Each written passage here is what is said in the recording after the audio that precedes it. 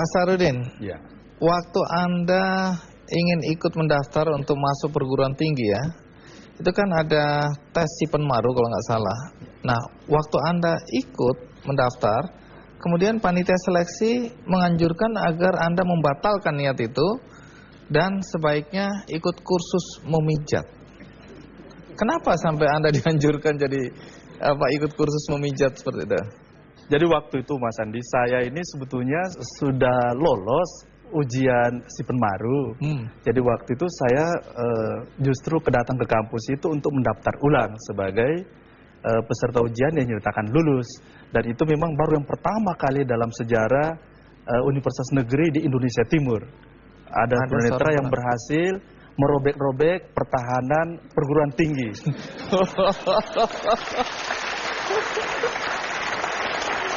Anda kayak komentator sepak bola aja nih. Ya, jadi itu pertama kali ya, ada tunanetra ikut Sipenmaru dan lulus. Persis.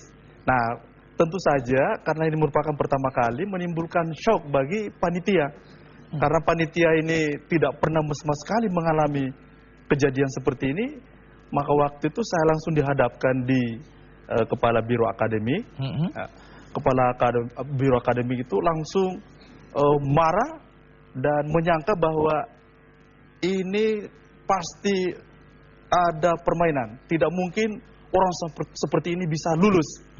Jadi ini harus dibatalkan, kata dia di depan saya dan di depan panitia itu. Terus? Wah, langsung saya ini down sekali Mas Andi. Dan saya merasa bahwa ini untuk pertama kalinya ada orang yang mendelegitimasi kemampuan saya.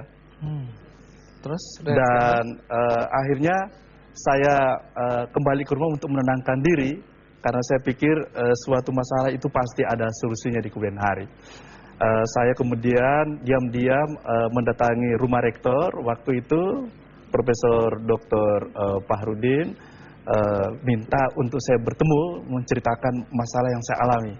Ternyata tadinya itu saya bayangkan bahwa, wah kalau anak buahnya saja sudah begitu garang gitu ya, saya bisa membayangkan nanti atasannya itu lebih garang lagi. Ternyata waktu bertemu rektor itu malah welcome sekali Mas Andi dan mendengarkan paparan saya. Dan seketika itu saya perhatikan beliau angkat telepon dan marah-marah terhadap kepala biro akademi. Wah, kamu itu sudah mempermalukan alma mater kita. Ini adalah kebanggaan karena untuk pertama kali universitas kita menerima seperti ini. Jadi justru rektornya merasa ini sebuah kebanggaan. Betul. Ada tunanetra bisa menembus atau merobek-robek pertahanan. Ya. Singkatnya, akhirnya Anda menjadi sarjana hukum ya. Betul. Kemudian Anda bahkan menjadi doktor. Tapi sebelum Anda jadi doktor, Anda ikut ujian praktek untuk jadi advokat ya. Betul. Waktu itu apa boleh? Disitulah saya menantang Mas Andi. Karena itu dianggap tidak boleh.